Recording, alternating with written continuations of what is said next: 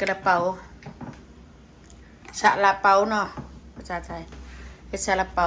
ภาษาตัวภาษาก ระเป๋า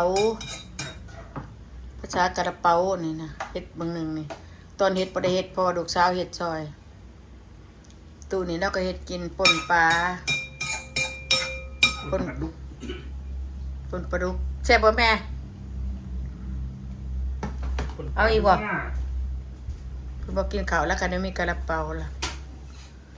ป่นปลาดุกหน้าบ่นี่ปลาดุกบ่เอ้ย ปลาดุก บ่เป็นปลานั่นบ่เป็นปลาเอี่ยนบ่นี่น้องใหม่สิกินกับปักเขือเสาแล้วเฮ็ดป่นไว้กินการเนี่ยมันธรรมดาต้องเฮ็ดเมียนเลยพ่อแม่พี่น้องวันเสาร์วันอาทิตย์คือการเฮ็ดเป็นมาตรการมันเมื่อยถ่ายบ่ได้งามบ่บ่ได้งามเนาะถ่ายบ่ได้งามบ่นี่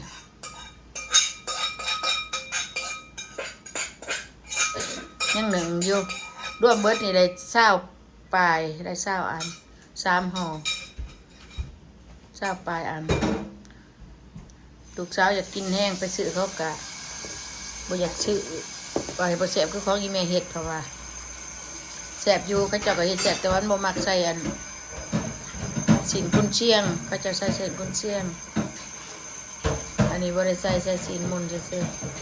ๆก่อนบ่ได้งามเพราะได้กินได้แล้วพี่น้องเอ้ยบ่เอางามหลายดอกได้เฮ็ดคำเฮ็ดขายบ่ได้เฮ็ดคำเฮ็ดขายเฮ็ดกินก่อนก็บ่ได้งามดอกแต่ว่าเฮ็ดกินก็ได้แหละซ้ำนี้นะโอเคละลูกสาวเฮ็ดซอยก็ได้แล้วไว้น้อยหนึ่งมาแต่ตลาดก็พากันเฮ็ดนี่ล่ะพอได้กินนี่จ้ะตัวเฮ็ดครั้งแรกก็แตกมาหยะ เฮ็ดครั้งแรกใส่เฮือนมันใส่โลกมันบัดนี้ก็เฮ็ดไปก็ได้งามแน่น้อยหนึงแล้วเด้บ่เป็นหยังนะเฮ็ดจักสิละ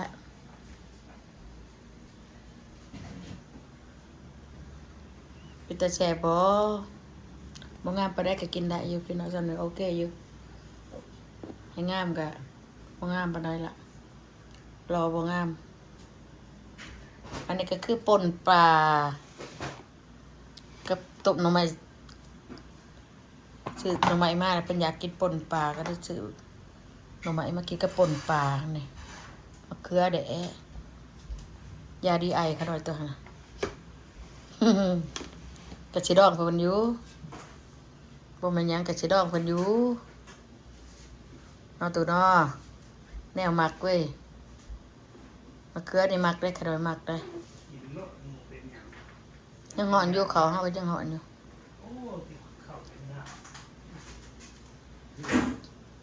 ยังอุ่นอยู่พวกกินได้อยู่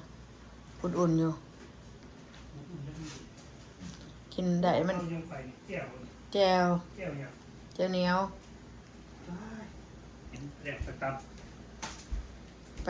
ไปตลาดมาเอาแจวเอาทิพเขาไปนำยานน้ำทาง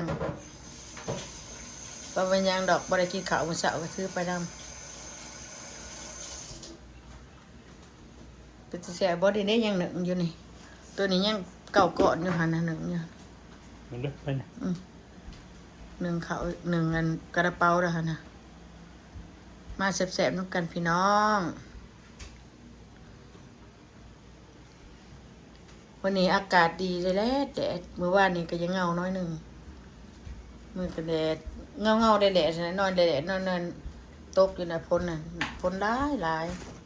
ปีนี้เนี่ยมากมายจักสิจับจักสิดุอังนะพี่น้องเอ้ยเดี๋ยวแต่เพิ่นสิหาจับให้ได้กินด่ะจับก็ได้กินเป็นบ่จับก็คือว่าล่ะสลายก็กิน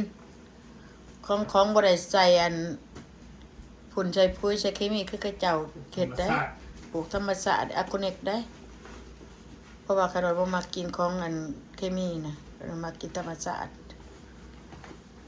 นี่ล่ะอาหารสิกินแดงก็ได้ป่นคือป่นกระเป๋านี่จะเอาอีดามาห่อหรือกระเป๋านี่ลูก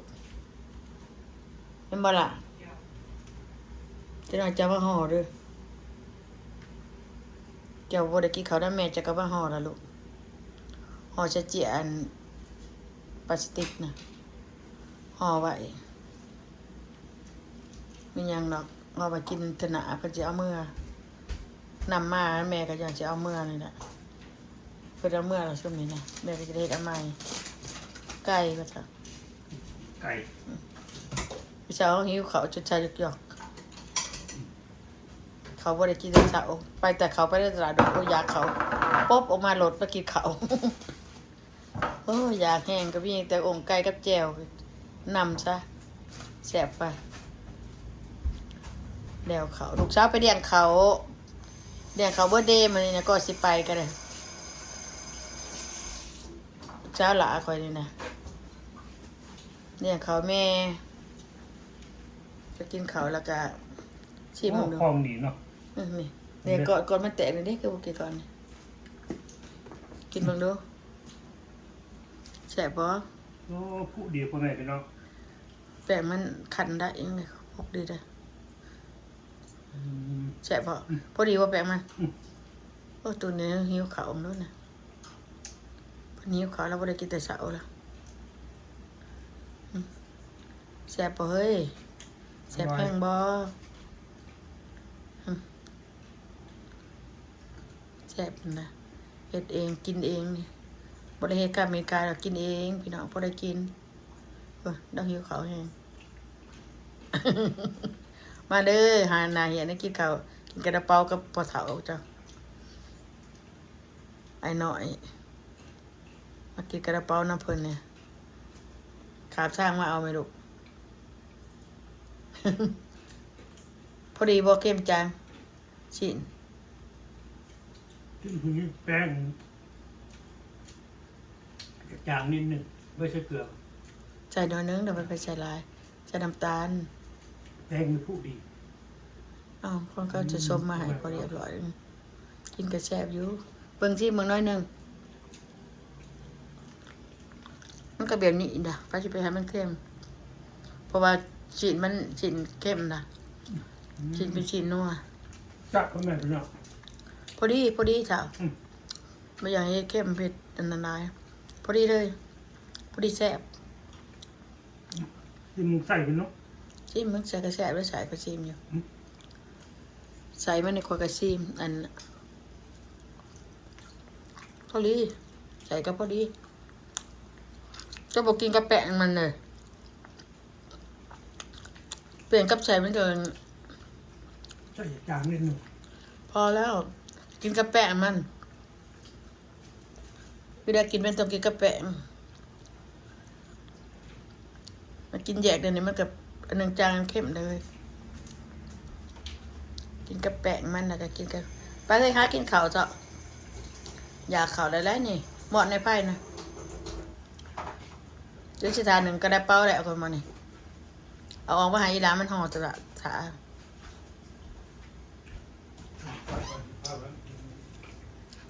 ลูกสาวจะห่อกระเป๋านะห่อใส่